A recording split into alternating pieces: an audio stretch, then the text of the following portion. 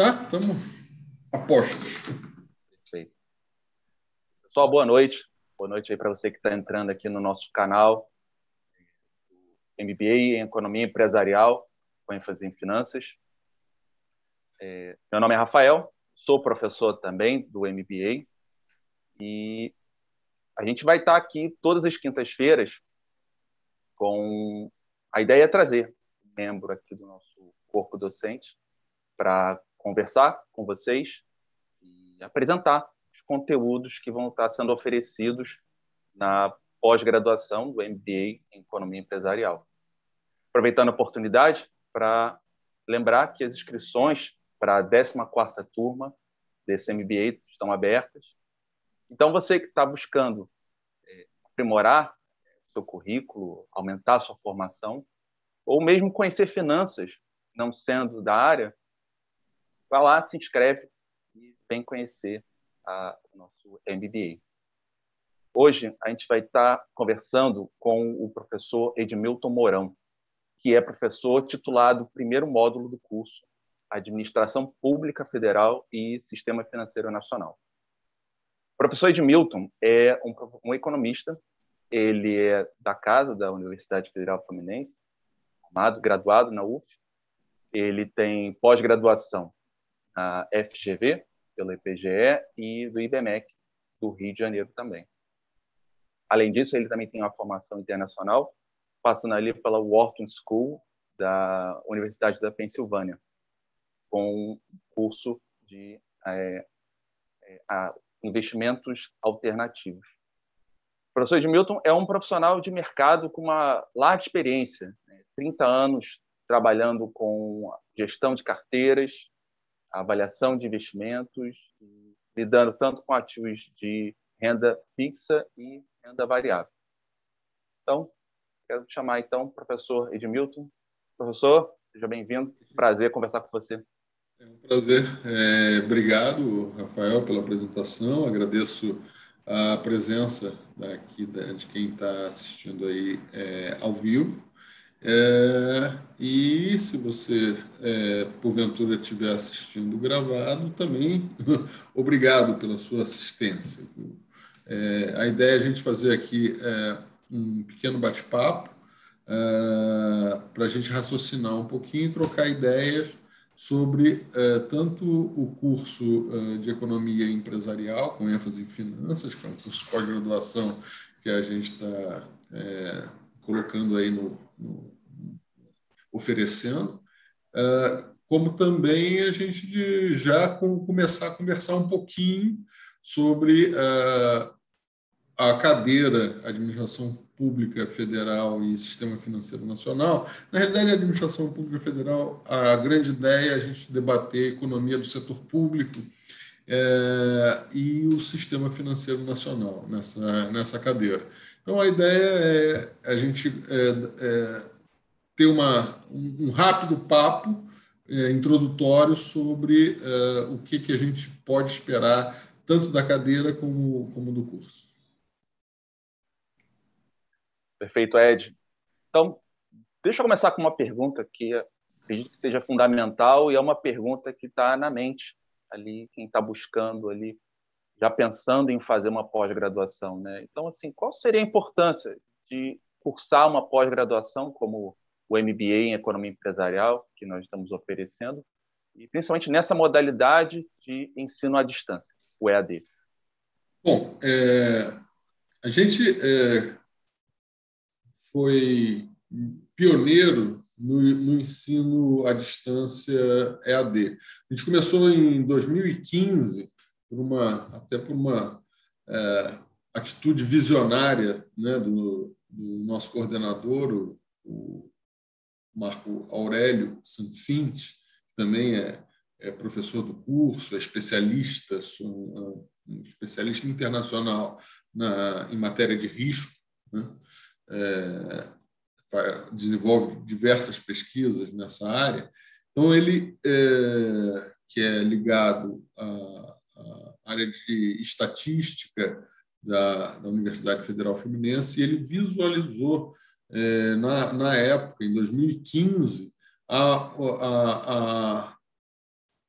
mudança tecnológica trazida pelos aplicativos, né?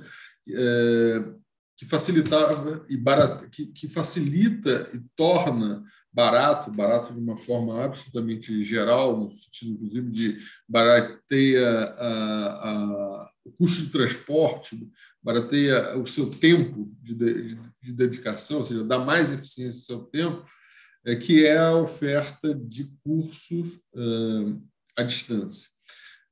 O curso, em particular, o curso de pós-graduação, eu acho que a grande razão dele se chamar pós-graduação, qual é a grande diferença de um curso de pós de um curso de graduação? O curso de graduação ele é muito informativo, né? Ele precisa dar uma bagagem de informação ao aluno para ele se posicionar sobre uma quantidade enorme de assuntos, modelos, temas, teorias que permeiam a sua profissão. No caso, se a gente está falando de economia empresarial, a gente está falando de profissionais ligados à economia, administração, contabilidade, engenharia de produção, ou coisas ligadas a isso, né? Então, a quantidade de informação que é o mínimo que você precisa até para homogeneizar nomenclatura, né? Quando um par seu falar determinado termo, você saber o que ele está falando. Então, o curso de graduação é muito isso. Já o curso de pós-graduação, ele, na minha opinião, ele tem como grande característica te dar musculatura mental para você começar a fazer pesquisa sozinho, né? Então, obviamente, ele tem um pouco de informação, mas ele tem muito de estímulo a você entender as questões, você mesmo buscar modelos para entender melhor as questões e chegar a conclusões. E por quê? Porque essa é a atividade que você vai fazer ao longo da sua vida inteira como analista. Quer dizer, eu hoje, por exemplo, num ambiente como esse, eventualmente eu me pego, né, com muita frequência, eu me pego utilizando modelos que eu aprendi na graduação. Mas, assim, quando eu saí da graduação, eu conhecia o modelo, mas eu não conseguia ter a habilidade de entender em que circunstância eu conseguia eventualmente resolver uma questão. Mas quando se abria o rol de problemas que você tem no dia a dia para enfrentar, mas qual é mesmo o martelo que eu uso? Quer dizer, eu não sei qual é a ferramenta que você usa eu não sei como equacionar esse problema para conseguir chegar a uma conclusão que me dê segurança numa tomada de decisão. Essa é a grande função da pós-graduação. É você começar a ter contato, uma vez que você já tem uma base de informação sobre a matéria, né, a profissão, né, que veio da graduação, a gente agora vai centrar em alguns fatores, algumas ferramentas e modelos fundamentais, e mais do que isso, na sua habilidade de entender um problema e buscar a ferramenta e o modelo correto para você aplicar ele. E, com base nisso, você chegar às suas conclusões e eventualmente tomar decisão. Porque isso vai ser a vida inteira. Particularmente, uma coisa que o Rafael falou que é importante é que, quando você fala de finanças, não tem muito jeito. Em última instância, mesmo que você seja médico, dentista ou qualquer outra profissão, né, tem profissões não de graduação, né, profissões de nível médio, profissões de grau de instrução primário, secundário, tal, todas as pessoas lidam com finanças. As pessoas que ganham salário mínimo lidam com finanças. Então, está aí, né, a oportunidade de se ter um curso de pós-graduação numa matéria em que você pode ter como interesse desenvolver suas capacidades analíticas dentro da sua profissão ou, eventualmente, se informar melhor para você mesmo ter a sua análise sobre o seu dinheiro, as suas finanças, a finança da sua família e por aí vai. Então, acho que fica claro, então, tentando resumir aí a resposta. O EAD se popularizou a partir do problema da pandemia, mas ele já estava aí, a gente já tem trabalhado com isso há muito tempo, e ele é enorme economizador de recursos, de tempo, de transporte, ou seja, torna o ensino, uma coisa é o ensino, o importante do ensino é o que você capta, é o aprendizado, torna o aprendizado extremamente eficiente e econômico. Então, é uma oportunidade que a gente tem que pegar e agregar essa tecnologia ao ensino. E, segundo, a pós-graduação é a chance de você, com esse instrumental e com o instrumental que vai ser dado ao longo do curso, ganhar a habilidade de analisar problemas. É isso. Perfeito, professor. Tem uma série de pontos que você levantou que despertam perguntas. Eu vou até aproveitar uma delas a seguir para perguntar uma questão para você. Esse primeiro módulo que você leciona, né, ele abre o curso, fala de um assunto que é muito difícil de escapar no dia de hoje, né? Fala de setor público, gastos, orçamento, e ali a isso há um estudo sobre a estrutura do sistema financeiro.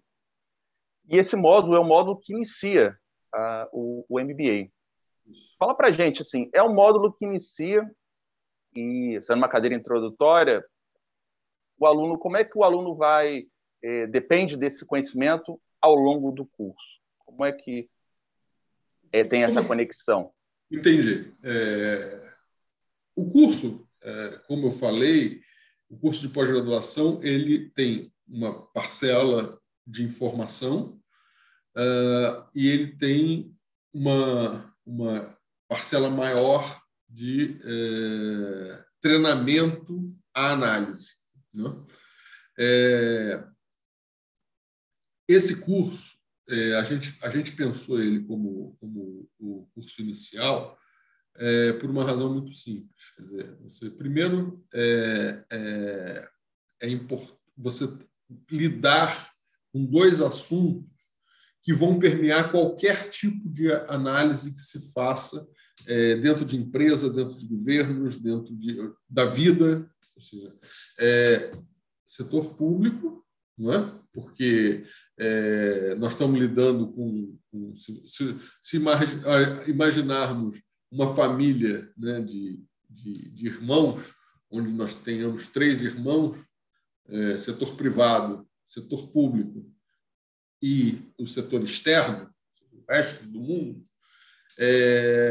nós estamos falando do setor público, que é responsável por 1/3 da renda do país. Então, 1/3 é o setor público e 2/3 ficam divididos entre o setor privado local e o setor privado mundial. Assim como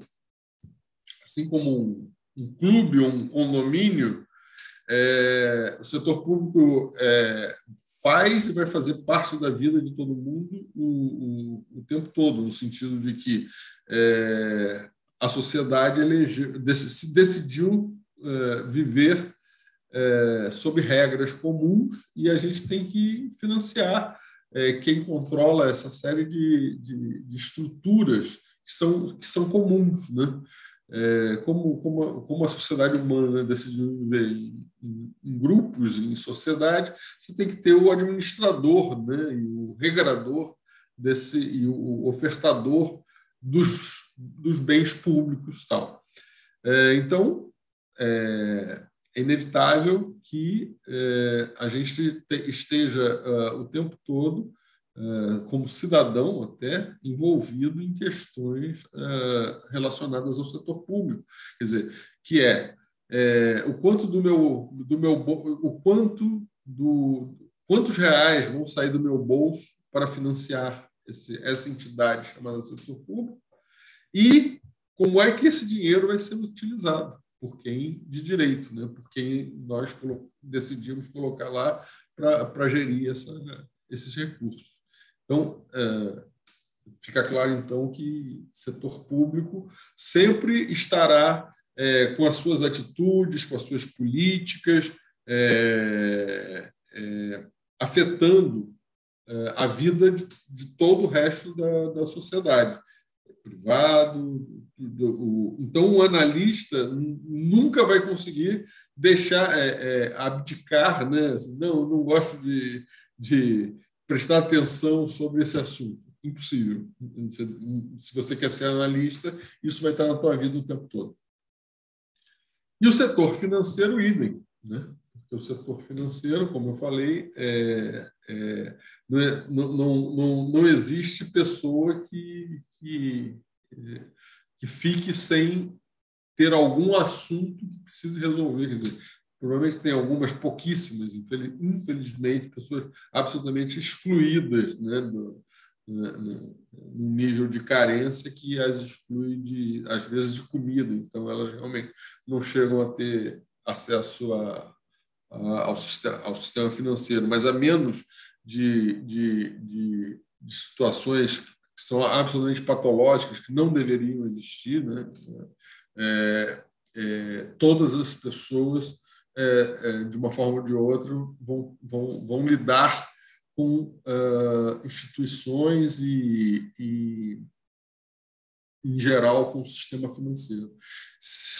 Então, a gente resolveu já começar o curso com esses dois assuntos que serão permanentes, até para que, dentro da ideia de estimular o aluno a pensar, quando ele for colocado em contato com algumas cadeiras que são bastante ferramentas, são bastante geradoras e informadoras de ferramentas de análise, você já ter uma base sobre questões ligadas à economia do setor público e ao sistema financeiro, que são questões, sim, provavelmente você já tem dúvidas e questionamentos sobre assuntos ligados à economia do setor público e sistema financeiro. Então, a gente vai dar mais informação, estimular mais as dúvidas, mais o debate, para quando você tiver em cadeiras seguintes, onde você tem instrumental, você já te dê vontade de usar esse instrumental para fazer pesquisa e para chegar a conclusões em cima de assuntos que você já levantou problemas e já levantou questionamentos. Então, essa exatamente é uma estratégia para fazer você aumentar a sua capacidade analítica. Ficou claro? Entendido, professor. Bom, aí você levantou um ponto muito interessante na sua primeira resposta. Você falou sobre a capacidade de pesquisa que o aluno vai ganhar cursando o MBA, né? Como uma nova maneira de enxergar problemas e às vezes, procurar problemas. Mas talvez a pessoa que escute isso fique pensando, não, mas eu não quero ser pesquisador, eu não quero fazer um doutorado ou mestrado acadêmico, não, eu quero seguir na minha rotina profissional. Então, assim, qual seria a utilidade prática, né, numa rotina profissional dos que seria trazida pelo MBA, seja um profissional para um analista financeiro, mas também vamos pensar assim que um profissional liberal de uma outra formação que talvez faça o curso porque queira conhecer mais finanças. Então, assim, que esse profissional vai ganhar? Excelente pergunta, Rafael. Muito boa, porque me dá a oportunidade exatamente disso, de dar alguns exemplos sobre o quanto o curso tem uma pegada, um direcionamento prático. Tá? Ou seja, quando eu falo em pesquisa, talvez você me deu a chance de esclarecer uma coisa. Quando eu falo em pesquisa, a vida de um analista é fazer pesquisa, ou seja, e essa pesquisa é absolutamente prática. Eu faço pesquisa o tempo todo, todos os dias eu faço pesquisa. Como? Minha função falando um pouquinho de mim, né, da minha rotina. Minha função é gerir recursos. Então, todos os dias eu tenho que entender se eu tenho posições nas carteiras que eu administro que são as que eu acho as melhores posições para os cenários que eu acho os mais prováveis. Então, o tempo todo eu tenho que estar estudando cenários. O que é estudar cenários? Entender o que deve acontecer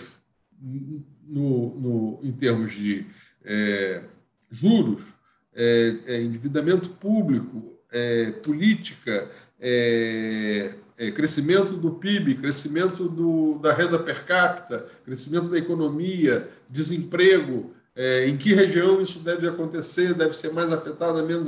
Você percebe só rapidamente, já falei um monte de coisas que afetam a minha tomada de decisão. Para cada uma dessas coisas, assim, ou eu vou para o achismo, né, que é o analista, o arremedo de analista, né, ou então eu vou utilizar todo o conhecimento que eu tenha acesso para chegar a conclusões sobre todas essas coisas, juntá-las a conclusões sobre como elas afetam o rendimento dos ativos e, portanto, chegar, então, à posição que eu considere recomendável para o cenário que foi estabelecido. Você percebe que, ao fazer isso, eu estou fazendo pesquisa, mas eu estou fazendo pesquisa não direcionada ao mundo acadêmico, né? Não estou tentando gerar novidades, modelos novos para serem publicados em revistas científicas, não. Eu estou usando o instrumental que eu tenho para entender o mundo e usar o entendimento do mundo, o mundo, obviamente, que está ligado àquilo que eu faço, que é o mundo de finanças, e utilizar isso no meu dia a dia. Então, ou seja, a utilização é absolutamente prática. Se você está numa empresa, imagina que não é uma empresa financeira, você precisa entender, por exemplo, hoje está sendo, essa semana estávamos debatendo, o Congresso está debatendo uma lei de alteração tributária, ou seja, algumas pessoas vão pagar mais impostos, provavelmente mais pessoas vão pagar mais impostos e algumas poucas vão pagar menos impostos. Minha primeira pergunta eu estou em que lado? Eu estou do lado que eu vou pagar mais ou vou pagar menos? Ou seja, se eu estou fazendo minhas projeções, e aí se eu tenho ativos que vão ser mais tributados, isso vai trabalhar muito pouco, quase nada, ou será que é melhor? A pergunta que eu tenho aí que responder É melhor eu trocar de ativo, a tributação vai ser suficientemente grande para anular eventuais vantagens de rentabilidade desse ativo, eu devo mudar ou não? Então, eu preciso acompanhar isso. Né? Para isso, eu preciso, eu preciso desenvolver um método. Se tal lei for aprovada, como e quanto cada um dos ativos vai ser afetado. Da mesma maneira, quem não está no ramo financeiro, como o seu setor vai ser. O sujeito está no ramo de engenharia, de construção de casa. Como isso vai ser afetado? Certo? Hoje está sendo publicada, foi aprovada a Lei de Diretrizes Orçamentárias. Lei de Diretrizes Orçamentárias é o preâmbulo do orçamento. Diretrizes Orçamentárias. Diz, assim, olha, é por decisão, por sugestão, né, recomendação do Executivo e, após análise e aprovação do Legislativo, as áreas que nós consideramos prioritárias são essas e aquelas. Tá certo? Então, se eu estou no ramo, por exemplo, de construção civil, eu construo casas, primeira coisa que eu vou tentar me informar é se na LDO tem algum indicativo de que o governo vai privilegiar setores que constroem casas, ou com financiamento, ou com subsídios. Então, o que eu estou fazendo quando eu estou fazendo isso? Eu estou fazendo pesquisa. Então, mas para fazer essa pesquisa, né, eu preciso entender o mínimo do arcabouço de aprovação da lei orçamentária, que tem toda uma hierarquia. O que é aprovado primeiro? Aonde eu posso buscar informações que possam me afetar? Hoje você tem, igual, assim, da mesma forma que os cursos EAD, você tem à sua disposição uma quantidade de informação monstruosa. Quer dizer, ter a habilidade de saber o que se te serve e o que não te serve é a grande e como tratar aquilo que te serve são os grandes benefícios do curso. E mais do que isso, ao longo da vida profissional ou sua vida financeira pessoal,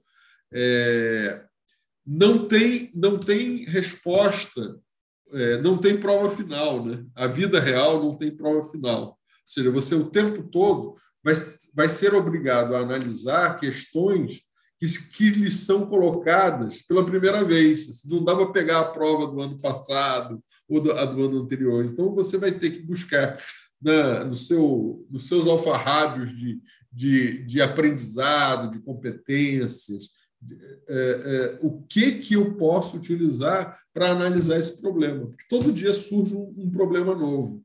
Então, por exemplo, nós, ao longo do curso, os alunos vão ganhando essas competências analíticas para fazer a coroação do curso, fazer o trabalho de final de curso, onde ele proponha uma pesquisa e entregue uma pesquisa utilizando metodologias com as quais ele teve contato ao longo do curso. No último curso que nós ministramos, nós tivemos vários trabalhos relativos à economia do setor público, né? Muitos trabalhos questionando, né, e fazendo pesquisa, buscando informação metodológica, se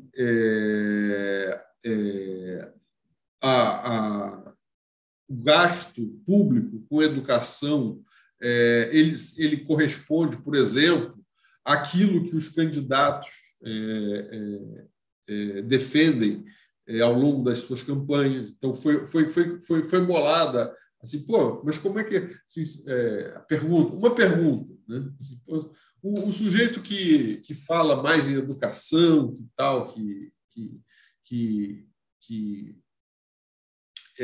tenta mostrar mais importância à educação. Será que os governos dessas pessoas, estamos falando de governo presidente, né, um executivo, será que eles realmente entregaram aquilo que prometeram? Então, no caso, foi um grupo de alunas nossas que definiram assim, como é que eu vou saber o quanto o sujeito privilegia a educação? Você sabe como elas fizeram? Elas tiveram a seguinte ideia: se vamos pesquisar quantas vezes o presidente eleito, na data da sua posse, ou seja, ele ainda não tinha sentado na cadeira. Na data da posse, vamos ver quantas vezes ele fala educação no seu discurso de posse. Né? E será que ele alocou, depois, quando ele sai do governo, quanto que ele alocou de dinheiro em educação em proporção do PIB, em proporção do orçamento, tal? Foram feitas várias contas, tal. E por que eles bolaram essa metodologia? Qual foi a justificativa? Tudo você tem que ter uma base para defender o método que você está usando. A defesa foi a seguinte: que, olha, a data que o presidente toma posse é o momento que ele está mais confortável. Né? Ele está mais confortável. Primeiro, ele quer agradar a quem votou nele. Não é? Ele quer agradar quem votou nele, ele quer ter a boa vontade de quem não votou nele. Ele ainda não sentou na cadeira, então ele ainda não tem compromisso nenhum com uma realidade que talvez se mostre pior do que aquele que tinha imaginado, em termos de possibilidade e capacidade de investimento aonde ele quiser, né? Na hora de colocar na planilha e fazer a conta, ele descobre que não podia fazer tudo aquilo que ele defendeu na campanha. Mas na data da posse é a festa, né? Então ele reproduz com o peito aberto, né, digamos assim, aquilo que ele defende de fato. Então, como é que foi capturado isso? Quantas vezes no discurso de posse tinha o termo educação? E se, ao final do período, ele realmente fazia a entrega, foi feita a entrega de educação como gasto, como proporção de PIB e de orçamento. E chegou-se à conclusão que os governos que falavam, entregaram mais, seguiram a proporção de entrega, foi o primeiro governo Fernando Henrique e o primeiro governo de Dilma, né? Inclusive mais do que Lula. Dilma entrega mais educação, fala bastante e entrega bastante. O Lula fala bastante e entrega menos do que Dilma. E foi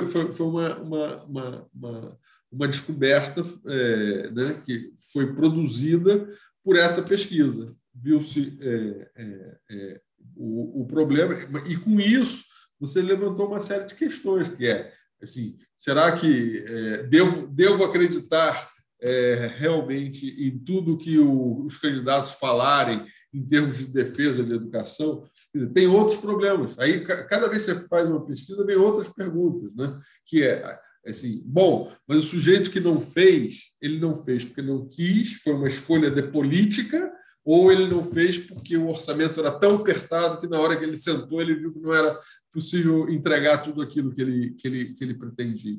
Essa é outra pergunta. E aí a gente vai ter que descobrir outra forma e outro método de fazer.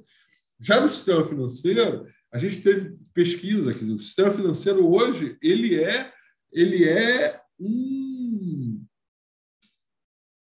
assim, uma cachoeira, né? Salta assuntos para pesquisar, porque ele tá em ebulição, ele está incorporando tecnologia nova, ele está incorporando uma série de instituições novas que não existiam no passado, que, inclusive, os próprios reguladores têm dificuldade de entender e de mapear. Aí, bom, nesse meio termo, até teve uma dissertação conduzida pelo professor Rafael, que diabo que a aluna ficou curiosa para entender que diabo é sandbox, né? Sandbox é caixa de areia, né? Isso daí virou um termo financeiro, né, um jargão financeiro, de um ambiente regulatório onde você tem uma caixinha muito bem delimitada, onde você como se fosse uma caixinha de areia que você deixa as crianças, deixa a turma brincando ali, e isso daí não faz nenhum estrago se der problema, não faz estrago para o resto do mercado. E por que se faz isso? Porque o setor financeiro e o setor privado, ele com a quantidade de ferramental eletrônico que tem hoje na mão, ele é muito mais ágil em produzir inovações do que o regulador de regular. Então, você chegava a uma circunstância que ou o regulador dizia, não, isso daí não está na regulação, não pode fazer. Mas por que não pode? Porque eu estou tentando gerar uma melhoria, faz sentido, é bom para todo mundo, etc. e tal. Assim, ou o regulador botava mão firme. Então, a solução que foi dada foi, então, fazer o tal do sandbox. Ou seja, olha, você está limitado a fazer nesse tamanho, só pode acessar investidores que entendam exatamente o risco, que tenham capacidade de suportar se tudo der errado. O cara tem capacidade de entender e de suportar os problemas que podem vir se tudo der errado. Então, essa aluna foi pesquisar em vários países, comparar os ambientes de sandbox em vários países, para entender. Estamos nós, no Brasil, por exemplo, eu vou fazer um investimento no Brasil.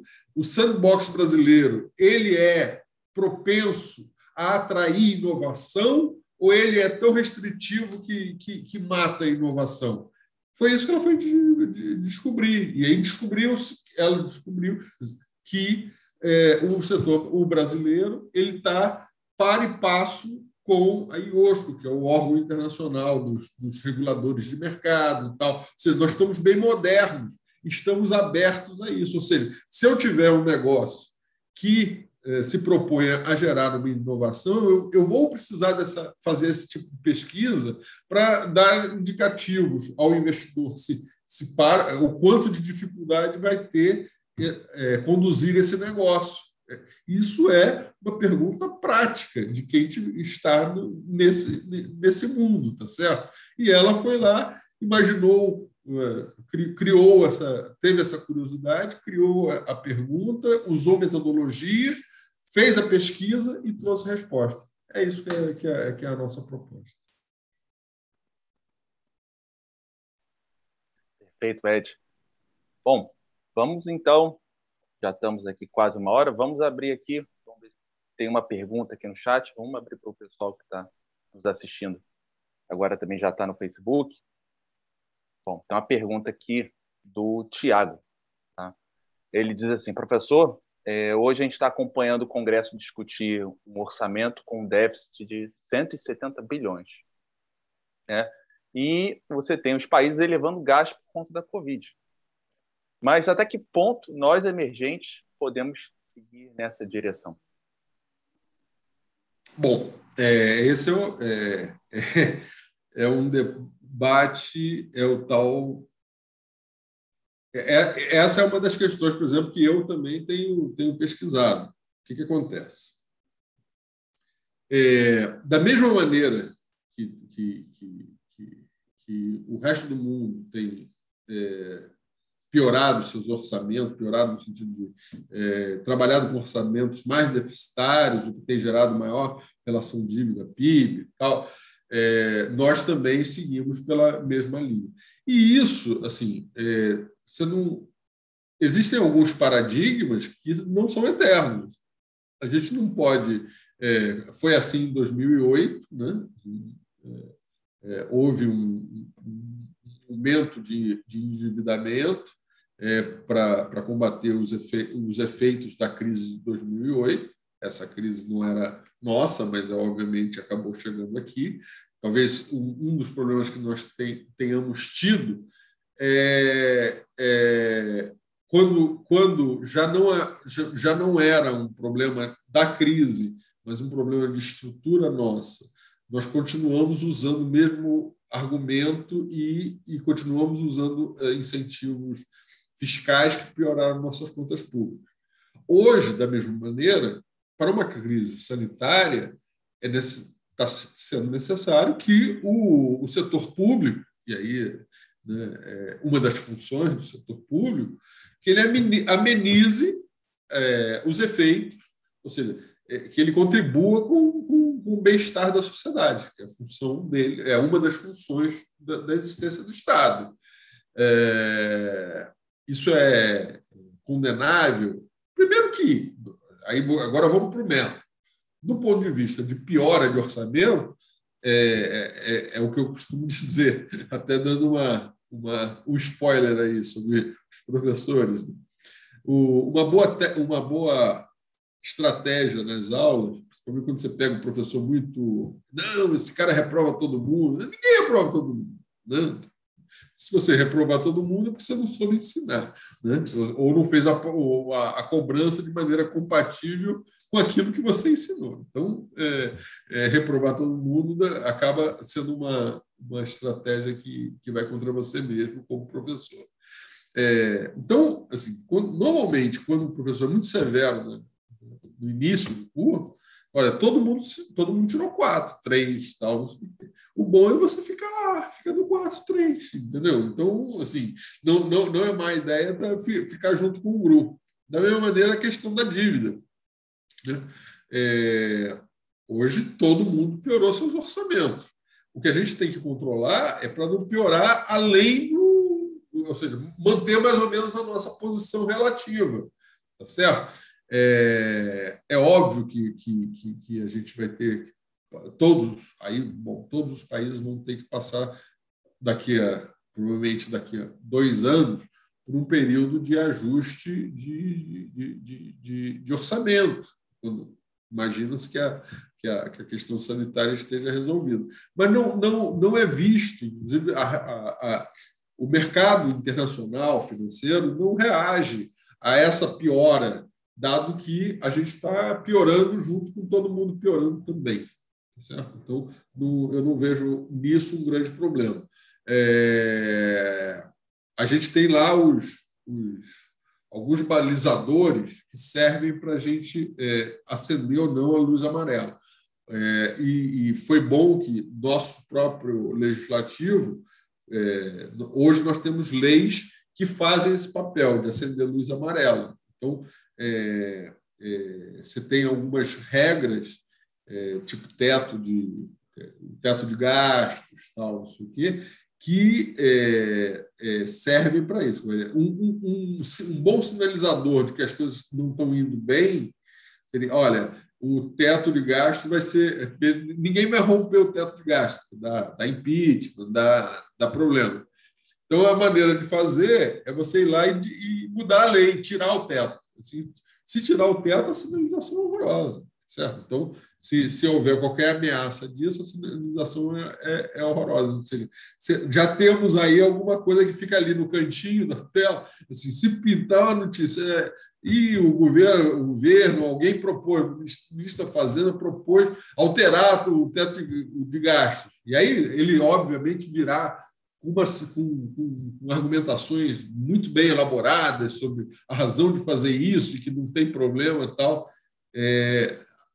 A minha leitura é de que, olha, as coisas estão começando a piorar. Então, por enquanto, a gente, mesmo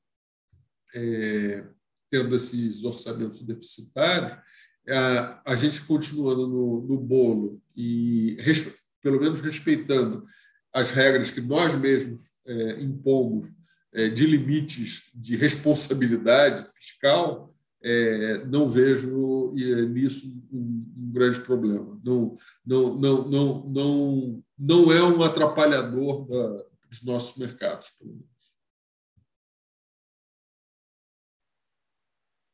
Perfeito, Ed. Bom, estamos Tem mais perguntas? Acho que a gente pode encerrar, então. Tá bom. Tá? Agradecer a sua Prazer. participação. Prazer sempre conversar com você, sempre muito instrutivo. E deixo aí o convite para quem está assistindo ou vai assistir posteriormente para aproveitar esses conhecimentos do professor Edmilton e dos outros professores e se inscrevendo aí na nossa turma, 14ª turma, inscrições ainda estão abertas e venha participar do MBA, vai ser bastante proveitoso ingressar aí nesse mundo de finanças. Isso aí. Agradeço a todos, Rafael, obrigado também, o pessoal de apoio aí que colocou aí a nossa live no ar. Muito obrigado a todos vocês e fiquem à vontade se quiserem eventualmente mandar alguma questão. Acho que nas redes sociais vocês conseguem fazer e o pessoal aí encaminha para mim, tá? Uma boa noite, pessoal. Pessoal, boa noite. Acompanhe as novidades aí do nosso canal, tanto no YouTube quanto no Instagram. Pessoal, até breve.